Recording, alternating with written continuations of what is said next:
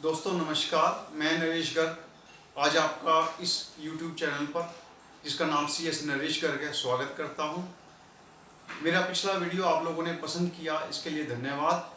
आज हमारा वीडियो जिस विषय पर है वह विषय है कि यदि हम कोई नया बिजनेस शुरू करना चाहते हैं तो किन किन बातों का हमें ध्यान रखना जरूरी होता है, क्योंकि हमारे नए बिजनेस पर हमारे पैसे, हमारा समय, हमारे बहुत सारे एफर्ट्स लगते हैं। इसीलिए हमें उसे सफल बनाने की तरफ ध्यान देना जरूरी हो जाता है। दोस्तों, जब भी हम कोई नया बिजनेस शुरू करें तो कुछ बातों पर ध्यान रखें। उसमें से पहली जो सबसे इम्पोर्टेंट बात है कि अपने बिजनेस को सोच समझ कर करें। जिस भी बिजनेस को आप करने वाले हैं या करने की सोच रहे हैं, वह बिजनेस आपके अपनी योग्यता, आपकी अपनी स्किल, आपके अपनी एक्सपीरियंस के अनुरूप होना चाहिए। वह केवल इसलिए ना चुने क्योंकि आपके किसी रिश्तेदार ने या आपके किसी दोस्त ने उस बिज़नेस में सफलता पाई हो सकता है यदि आपके किसी रिश्तेदार ने रियल एस्टेट या प्रॉपर्टी में सफलता पाई है तो जरूरी नहीं होगा कि आप भी रियल एस्टेट में सफल हो पाएँ। अपनी पैशन और इंटरेस्ट को देखकर ही अपने बिजनेस की सिलेक्शन करें। यदि आप अपने इंटरेस्ट या पैशन के हिसाब से बिजनेस को सेलेक्ट करेंगे तो यदि उसमें कुछ प्रॉब्लम्स भी आएंगी, उसमें कोई कठिनाइयाँ भी आएंगी, तो आप उन कठिनाइयों को आसानी से पार कर लोगे और देर से ही सही आप उस बिजनेस में सफल हो जाओगे। लेकिन आपके दोस्त या आपके रिश्तेदार का स्किल सेट अलग होता है और आपका स्किल सेट अलग। लेकिन यदि आपने अपने स्किल सेट के हिसाब से न चलकर केवल किसी दूसरे की देखा देखी बिजनेस को किया है तो आपको फ्यूचर में नुकसान उठाना पड़ सकता है और आपका कोई नुकसान उसमें हो सकता है। अपने बिजनेस को बार बार न बदलें। एक बार बिजनेस हमने शुरू कर लिया तो उसमें कठिनाइयाँ आएँ तो फिर पीछे मुड़कर न देखें, उन कठिनाइयों को पार करने की कोशिश करें और बिजनेस में आगे बढ़ें। यदि हम बार बार अपने बिजनेस में चेंज करेंगे या बिजनेस को बदलेंगे तो हमें हमारे पैसे का नुकसान उठाना पड़ेगा, हमें हमारे समय का नुकसान उठाना पड़ेगा और हमें अपने एफर्ट का नुकसान भी उठाना पड़ सकता है। दूसरा सबसे इम्पोर्टेंट बात, अपने बिजनेस का नाम बड़ा सोच समझ कर रखें। दोस्तों, आज बहुत सारे बिजनेस काम कर रहे हैं, उनका नाम यूनिक होना बड़ा ज़रूरी है। यदि नाम यूनिक नहीं होगा तो हमारा बिजनेस दूसरों से अलग दिखाई नहीं देगा। साथ ही साथ हमारा बिजनेस आज ऑनलाइन होना भी ज़रूरी हो गया है। ज़्यादातर बिजनेस अब ऑनलाइन होने लगे हैं, चाहे वो सर्विस हो चाहे वो कोई प्रोडक्ट। तो हमें उसके लिए डोमेन लेना भी ज़रूरी होता है। यदि हमारे बिजनेस का नाम यूनिक होगा तो हमें उसका डोमेन भी मिल सकता है। साथ ही साथ चाहे वो ई-कॉमर्स प्लेटफॉर्म्स हों चाहे वो ऑफलाइन प्लेटफॉर्म्स हों, हमें अपने नाम को ट्रेडमार्क भी करवाना जरूरी होता है। तो इसीलिए बिजनेस का नाम ऐसा रखें जो नाम यूनिक हो और कैची हो, वह उस सेगमेंट को रिप्रेजेंट करता हो जिस सेगमेंट का आप बिजनेस कर रहे हैं। दोस्तों, मैं एक राइटर हूँ, मैं एक ब्लॉगर हूँ, मैं मनी मैटर्स पर, पर्सनल फाइनेंस मैटर्स पर लोगों को एडवाइस देता हूँ। मेरे ब्लॉग्स का नाम मनी मंत्रास है, इंग्लिश का नाम है मनी मंत्रास, और जिस ब्लॉग के जरिए हिंदी के लोग मुझसे जुड़े हुए हैं उस ब्लॉग का नाम है मनी टिकटॉक। ये दोनों ही ब्लॉग मनी वर्ड के साथ में यूनिक और कैची हैं। इससे मुझे अपने ब्लॉग को ज़्यादा लोगों तक पहुंचाने में मदद मिलती है। आने वाले समय में इसका फ़ायदा सभी को होता है। तो आप अपने ट्रेड नेम को, अपने बिजनेस नेम को ऐसा रखें जिसका ट्रेडमार्क आप आसानी से करवा सकें, जिसका वेबसाइट का डोमेन नेम आप आसानी से ले सकें और जिसको आप अपने कंपनी के या बिजनेस के रजिस्ट्रेशन, नाम के रजिस्ट्रेशन के लिए आसानी से करवा सकें। अपने बिजनेस की R&D पहले कर लें, यही तीसरा सबसे बड़ा ध्यान देने वाला पॉइंट है। हम बिजनेस करने की सोच तो लेते हैं लेकिन बिजनेस में कंपटीशन कितना है, कितने लोग उस बिजनेस को कर रहे हैं, आज उसकी मार्केट में डिमांड या सप्लाई कितनी है, इन सब फैक्टर्स को हम नहीं देखते। दोस्तों, अभी पिछले ही साल की बात है, सन 2020 में जब कोरोना आया तो लॉकडाउन से पहले गवर्नमेंट ने मास्क पहनने की गाइडलाइन जारी की। अब हर व्यक्ति को अपने चेहरे पर हर रोज मास्क पहनना था। जिन लोगों ने उस अपॉर्चुनिटी को पहले जान लिया और पहले मास्क का काम शुरू कर दिया, उन लोगों ने अच्छे पैसे कमाए। पर उनकी देखा देखी जिन लोगों ने बाद में मास्क को बनाने का और बेचने का काम शुरू किया, वो लोग फ़ायदा नहीं कमा पाए, बल्कि कुछ को तो उसमें नुकसान उठाना पड़ा, क्योंकि डिमांड कम थी और सप्लाई ज़्यादा। इसलिए डिमांड सप्लाई के एनालिसिस प्रॉपरली कर लें, यह आपकी बिजनेस की सफलता के लिए ज़रूरी होगा। अपनी यूएसपी को पहचानें। दोस्तों, क्या आपने कभी ये वर्ड सुना है, यूएसपी, यूनिक सेलिंग प्रोपोजिशन? हर बिजनेस की कोई एक खास बात होती है। आप किसी बिजनेस को उसकी क्वालिटी के कारण जानते हैं, आप किसी ब्रांड को उसकी सर्विस के कारण पहचान सकते हैं, या कोई और कारण है, हो सकता है कि वो प्रोडक्ट बहुत सस्ता हो, इस कारण से आप उसे पहचानते हो, उसकी क्वालिटी बहुत अच्छी हो, इस कारण आप उसे पहचानते हो।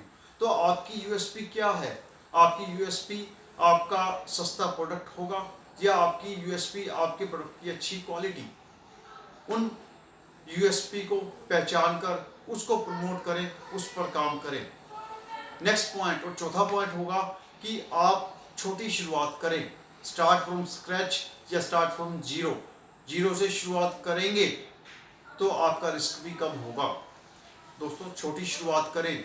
यदि आप कोई ट्रेडिंग या मैन्युफैक्चरिंग बिजनेस शुरू कर रहे हैं तो आप कम प्रोडक्ट्स के साथ में अपने बिजनेस को शुरू कर सकते हैं। आप ट्रेडिंग करते हैं तो आपको प्रोडक्ट मार्केट से खरीद कर लाना होता है। आपको नया मानकर बेचने वाले आपको महंगा प्रोडक्ट बेच सकते हैं, आउटडेटेड प्रोडक्ट बेच सकते हैं। यदि आप कपड़े के व्यापार में हैं और आउटडेटेड प्रोडक्ट खरीद कर ले आते हैं तो आपका एक बड़ा नुकसान हो सकता है। यदि आप खाने के बिजनेस में हैं और खाने के प्रोडक्ट्स खराब ले आते हैं या एक्सपायरी होने से जस्ट पहले ले आते हैं तो ऐसी गलतियों का खामियाजा, ऐसी गलतियों के कारण आपको बड़ा नुकसान हो सकता है। इसीलिए हमेशा एक छोटी प्रोडक्ट्स के साथ में शुरुआत करें, छोटी टीम रखें। शुरू में बहुत सारे लोगों को, बहुत सारे एम्प्लॉयज़ को लगाना जरूरी नहीं होता। आप शुरू में हर काम को, चाहे वो मार्केटिंग हो, चाहे वो परचेजिंग हो, चाहे वो अकाउंटिंग हो, वो खुद करने की कोशिश करें। इससे आपकी उस बिजनेस की कॉम्प्रिहेंसिव स्किल्स को डेवलप करने का मौका मिलेगा। एक बार आप जब उन स्किल्स को सीख जाएं, फिर धीरे धीरे व्यापार बढ़ने पर आप उसमें से कुछ कामों को डेलीगेट करना शुरू कर सकते हैं। यदि आपका अकाउंटिंग काफ़ी समय ले रही है तो आप अकाउंटिंग करने के लिए एक अकाउंटेंट को रखकर उसको अकाउंटिंग का सारा काम सौंप सकते हैं और केवल उस पर सुपरविजन और कंट्रोल रख सकते हैं। इससे आप अपने बिजनेस को और जल्दी बढ़ा पाएंगे। पैसा थोड़ा लगाएं, जरूरी नहीं कि आप अपनी सारी बचतों को, सारे प्रॉपर्टीज़ को अपने बिजनेस में झोंक दें। कम पैसे लगाकर भी आप एक बार बिजनेस शुरू कर सकते हैं। यदि आपको लगता है कि आपको और अधिक पैसे की ज़रूरत है तो या तो आप फाइनेंशियल इंस्टीट्यूशन से लोन ले सकते हैं या कुछ पैसा और घर से लगा सकते हैं। मैं तो आपको सलाह दूंगा कि आप एक छोटी और कम पूंजी से शुरुआत करें। जो प्रॉफिट आपको उस बिजनेस से हो रहा है उस पैसे को आप निकाल कर उसको री इन्वेस्ट उसी बिजनेस में कर दें, जिससे आपको कम पूंजी की जरूरत पड़ेगी और आपका आत्मविश्वास बढ़ जाएगा और आप जल्दी अपने बिजनेस में तरक्की कर लेंगे। नेक्स्ट, फिफ्थ पॉइंट बड़ा इंपॉर्टेंट पॉइंट है, आप अपने बिजनेस की रजिस्ट्रेशन जरूर करवा लें। दोस्तों, हर बिजनेस के लिए कुछ मैंडेटरी गवर्नमेंट ने गाइडलाइंस बनाई हैं। उन गाइडलाइंस के हिसाब से आपको कुछ रजिस्ट्रेशन करवाना जरूरी होता है। आपने यदि पार्टनरशिप बनाई है, आपने पार्टनरशिप किया तो पार्टनरशिप का रजिस्ट्रेशन करवाना जरूरी है। आपने यदि आप एक एमएसएमई सेक्टर में डील करते हैं, आपने छोटे लेवल पर एक मैन्युफैक्चरिंग यूनिट लगाई है तो आपको एमएसएमई रजिस्ट्रेशन करवाना जरूरी है, जिससे आपको गवर्नमेंट के जो स्कीम्स हैं, जो बेनिफिट्स हैं, वो आपको मिल सकें और आप उससे फ़ायदा उठा सकें। जीएसटी नंबर लेना आज की डेट में ज़रूरी हो गया है, उसको भी आप ले सकते हैं, शो बैक का रजिस्ट्रेशन करवा सकते हैं, या इनकम टैक्स का पैन या टैन नंबर जो भी आपको ज़रूरी है वो सब आप ले सकते हैं। कुछ ऐसे बिजनेस भी होते हैं जिसके लिए आपको कुछ स्पेशल रजिस्ट्रेशन की जरूरत पड़ती है। जैसे यदि आपको इंपोर्ट या एक्सपोर्ट करना है तो आपको इंपोर्ट एक्सपोर्ट कोड या आईईसी कोड की जरूरत पड़ेगी। यदि आप फूड के बिजनेस को करना चाहते हैं तो आपको फसाई रजिस्ट्रेशन करने की जरूरत पड़ेगी। यदि आप प्रॉपर्टी डीलिंग का या रियल एस्टेट का बिजनेस करना चाहते हैं तो आपको रीरा रजिस्ट्रेशन की जरूरत पड़ेगी। तो उस बिजनेस के रेलेवेंट यदि कोई रजिस्ट्रेशन की जरूरत है तो आप उसको भी जरूर करवा लें। इन सब रजिस्ट्रेशन को करवाने के लिए आपको किसी प्रोफेशनल या किसी कंसल्टेंट की जरूरत पड़ेगी। आप जो है उनको अप्रोच करें और उनसे सलाह लेकर वो रजिस्ट्रेशन समय से करवा लें। आखिरी और बहुत ही इम्पोर्टेंट पॉइंट, अपने बिजनेस को अपना ब्रांड बनाएं। यदि आप केवल और केवल बिजनेस करते हैं और अपने बिजनेस को ब्रांड नहीं बनाते तो आपको प्रॉफिट तो होगा लेकिन उस इन्वेस्टमेंट में कोई बड़ी बढ़ोतरी नहीं हो सकती। दोस्तों, क्या आप राजीव जुनेजा जी को जानते हैं? चंडीगढ़ के ये बिजनेसमैन जिन्होंने बहुत छोटी सी शुरुआत की। आप जब भी अखबार पढ़ते होंगे तो केश किंग, रूप मंत्रा, डॉक्टर ऑर्थो, पेट सफा जैसे ब्रांड अखबार के किसी न किसी पन्ने पर आपको नजर आते होंगे।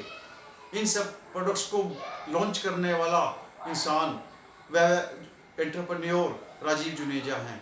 उन्होंने 2015 में अपना एक ब्रांड, केवल एक ब्रांड केश किंग ऑयल इमानी को 1651 करोड़ रुपए में बेचा।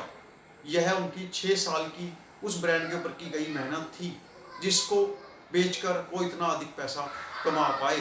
तो यदि हम अपने बिजनेस को अपना ब्रांड बनाने की कोशिश करेंगे तो यदि हम फ्यूचर में कभी उसको किसी को देना चाहें तो उसकी वैल्यूएशन बहुत अधिक होगी और उससे हमें एक बहुत बड़ी राशि मिल पाएगी जो हमारी कैपिटल असेट बन सकती है।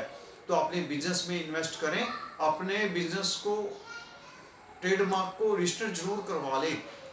ट्रेडमार्क रजिस्टर होगा तो कोई और व्यक्ति मशहूर होने पर आपके ट्रेडमार्क को कॉपी नहीं कर पाएगा और आपको उस फायदे से वंचित नहीं कर पाएगा। दोस्तों, वैसे तो बहुत सारे और पॉइंट्स भी हैं जिनको एक नए बिजनेसमैन को ध्यान देने की ज़रूरत है, पर ये वीडियो मैं लंबा ना करते हुए इसको यहीं पर ख़त्म करूँगा। यदि आप कुछ और अच्छी जानकारी बिजनेस के बारे में जानना चाहते हैं या पर्सनल फाइनेंस मैटर्स पर आपकी रुचि है और आप उन विषयों पर और अधिक जानना सुनना चाहते हैं तो आप मेरे इस YouTube चैनल पर सब्सक्राइब करें, मेरे इस YouTube चैनल को लाइक करें। आपके यदि कोई कमेंट्स इस विषय पर हैं तो उन कमेंट्स को लिखें, मैं आपका जवाब देने की कोशिश करूँगा। आप ब्लॉग पढ़ने के लिए मेरे ब्लॉग्स moneytiktok.com या money-mantras.com पर जाकर अच्छे ब्लॉग पढ़ सकते हैं और पर्सनल फाइनेंस मैटर्स पर अपने आप को ज़्यादा काबिल बना सकते हैं। धन्यवाद।